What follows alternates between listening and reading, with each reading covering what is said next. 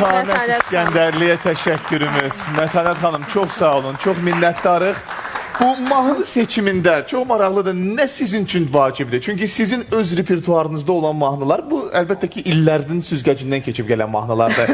Öz repertuarınızda olan mahnılar da çox sevimli mahnılardır. Bax, bu mahnı musiqi seçimində bir müğənni kimi nəyə əsas önəm verirsiniz? Ürəyimin səsinə. Bu da əsas məsələdir. Ürəyimin səsinə, ürəyimə yatmayan, yəni ürəkdən gəlməyən nəğmə ürəklərə heç vaxt yol tapa bilməz. Birinci ürəyimin səsinə qulaq asıram. Siz ifa edən zaman biz elə qonaqlarımızla söhbət edirdik. Deyirik, Mətanət xanımın o qədər ürəyə yatımlı, həzin bir səsi var.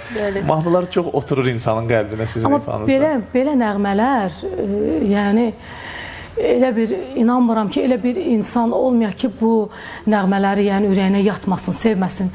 Bu belə nəğmələrin minlər, bəlkə də milyonlarla sevənləri var. Bu əsrlərdən gəlib, min illərdən gəlib, süzgəclə bizim bax bugünkü devrə gəlib çatıb bu nəğmələr. Yəni belə nəğmələri sevməmək olmaz. Doğrudur. Və öz işlərinizdə nə var, nə yox Mətanət xanım? Yeni mahnılar